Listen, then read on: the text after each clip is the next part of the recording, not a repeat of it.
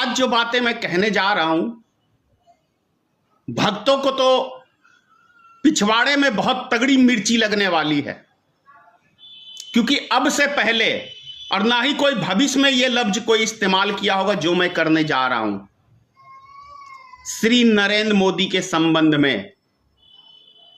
क्या ऐसा नहीं लगता कि मानसिक तौर पे नरेंद्र मोदी यहां से सनकी है या बीमार है? और ऐसा मैं क्यों कह रहा हूं उसका भी उदाहरण दे रहा हूं आपको मैं। ये वही प्रधानमंत्री है जो 2020 के अंदर सिर्फ 500 पूरे देश में कोरोना के मरीज थे या नहीं थे, या इनकी साजिश कहूं या कुछ भी समझ लीजिए आप, सिर्फ 500 मरीज के ऊपर पूरे देश को लॉकडाउन कर दिया था 3 महीनों के लिए। इसको क्या कहेंगे? सनकी कहेंगे ना। याद है आपको?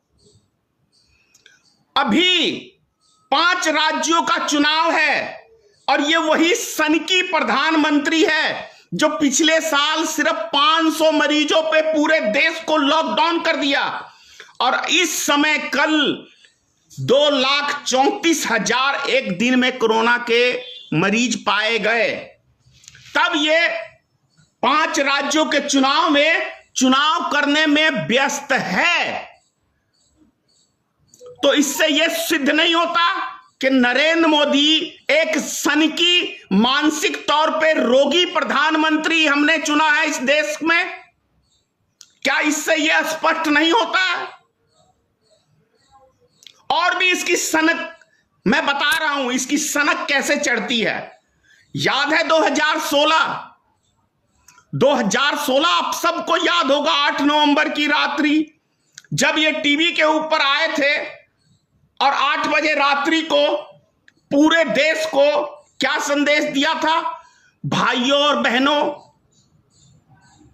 आज रात्रि 12 बजे से 1000 और 500 के नोट वैध नहीं अवैध हो जाएंगे।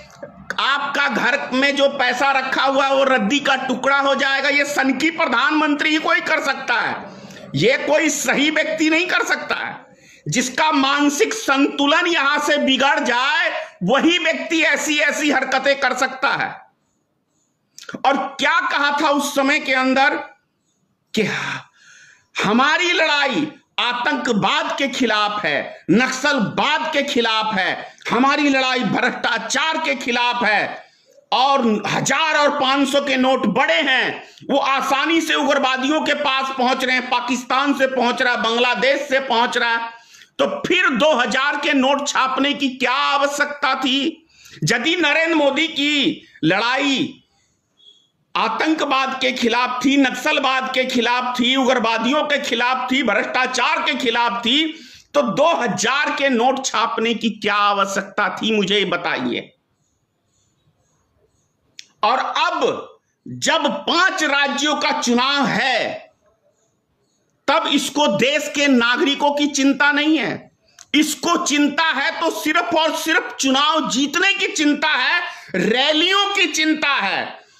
इतना गंभीर हालात अभी देश में बना हुआ है, लेकिन यह सनकी प्रधानमंत्री, मानसिक तौर पे रोगी प्रधानमंत्री एक भी रैली नहीं बंद करना चाहता है। तो इसीलिए मैं कह रहा हूं कि यह सनकी प्रधानमंत्री है, मानसिक तौर से बीमार है, इसको इलाज की बहुत सख्त जरूरत है। और यह प्रधानमंत्री की योग्यता नहीं है इसके पास, 1% का भी क्यों नहीं है इसके पास योग्यता? क्योंकि इसको देश के नागरिकों की चिंता नहीं है, देशवासियों की चिंता नहीं है, देश के हालात की चिंता नहीं है। इसको चिंता है तो सिर्फ और सिर्फ चुनाव प्रचार करने के लिए और रैली करने के लिए इसको सबसे ज्यादा चिंता है। इसलिए इतना गंभीर आरोप लगा रहा हूं। और अभी तक जो मैं इसका रोल देख रहा हूं देश के प्रति, तो इसके मानसिकता सही नहीं है, ये मानसिक तौर पे रोगी है।